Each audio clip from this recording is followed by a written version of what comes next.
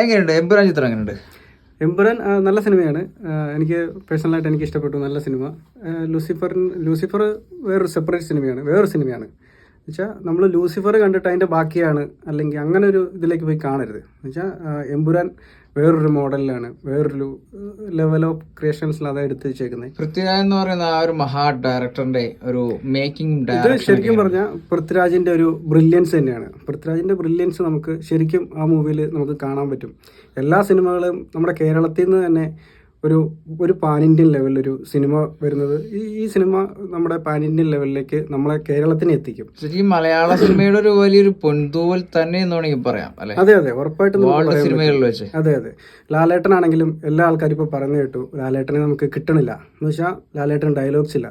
ശരിക്കും പറഞ്ഞാൽ നമ്മുടെ ലാലേട്ടൻ ഒരു ഇത്രയും സ്ക്രീൻ പ്രസൻസ് ഒത്തിരി ഇതിൽ വരരുത്. എന്നുവെച്ചാൽ ഒരു എമ്പുരാൻ എന്ന് പറയുന്ന ഈ ഒരു ചിത്രത്തിൽ ലാലേട്ടന് ഒത്തിരി ഡയലോഗ്സ് കുറവാണെന്നൊരു അധിക്ഷേപമുണ്ട്. അതിനെക്കുറിച്ച് മീഡിയകളിലൂടെയാണ് അതിനെക്കുറിച്ച് എന്താ പറയാനുള്ളത്? അല്ല, അത് എന്താണെന്ന് വെച്ചാൽ നമ്മൾ ഓരോ സിനിമയ്ക്കും അതിൻ്റേതായിട്ടുള്ള ഡയലോഗ്സുകളും അതിൻ്റേതായിട്ടുള്ള അതെല്ലാം ഡയറക്ടറാണ് അതിൻ്റെ കാര്യങ്ങളെല്ലാം തീരുമാനിക്കുന്നത്. അപ്പം ഒരു നായകനാണെങ്കിലും അതിന് ആപ്റ്റായിട്ടുള്ള ഡയലോഗ്സ് മാത്രമാണ് കൊടുത്തേക്കുന്നത്. ലാലേട്ടന് ഡയലോഗ്സ് കുറവാണ് എന്ന് വെച്ചാൽ ലാലേട്ടന് ഡയലോഗ്സ് ഇല്ല എന്ന് തന്നെ പറയാം.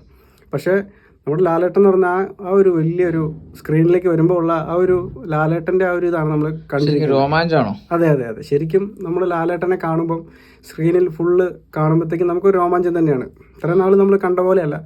വെച്ചാൽ നമ്മുടെ ഒരു പാൻ ഇന്ത്യൻ ലെവലിലേക്ക് നമ്മുടെ കേരളത്തെ എത്തിക്കുക എന്നുള്ളതാണ് നമ്മുടെ തീർച്ചയായിട്ടും ഈ ഒരു ചിത്രം റിലീസിങ്ങിന് ശേഷം ഒത്തിരി അധിക്ഷേപങ്ങൾ, അതിനോടൊപ്പം തന്നെ വർഗീയതയെ കുറിച്ച് പുലമ്പുന്ന ഒത്തിരി മീഡിയകളിലൂടെ പ്രതിഷേധങ്ങളൊക്കെ ഉണ്ടായിരുന്നു. അതിനെ കുറിച്ച് എന്താ പറയാനുള്ളത്?